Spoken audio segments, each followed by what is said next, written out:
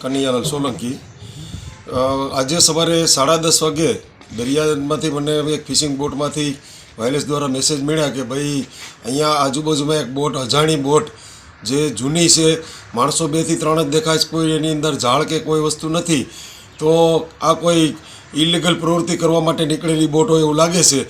એમ છતાં મેં મારા કહેવાથી આ બોટો આપણી ફિશિંગ બોટો જાફરાબાદની એની પાછળ જ ગઈ, તો એ ફૂલ સ્પીડ મૂકી અને ત્યાંથી આગળ નીકળી ગઈ. એટલે તાત્કાલિક મેં પછી કોસ્ટગાર્ડને મરીન પોલીસ સ્ટેશનને જાણ કરી કે ભાઈ આવી એક બોટ અજાણી બોટ છે અને બહુ જૂની પુરાણી બોટ છે, એટલે આમાં કંઈક શંકા હોય એવું લાગે છે, તો તમે તાત્કાલિક કોસ્ટગાર્ડ મોકલી અને એને પકડો.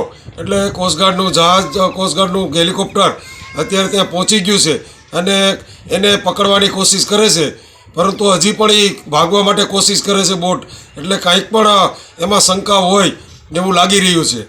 સરકારશ્રીને મારી નમ્ર વિનંતી છે કે આ અત્યારે જે બોટોને પરત બોલાવવા માટે ટોકન બંધ કરવામાં આવ્યા છે, જો દરિયાની અંદર ફિશિંગ બોટો હોય તો આવી કોઈ પ્રવૃત્તિ થાય, આવી કોઈ બોટો દેખાય તો એની જાણ થાય. બોટો બંદરની અંદર હોય તો આવી પ્રવૃત્તિનો કોઈ ખ્યાલ ના આવે.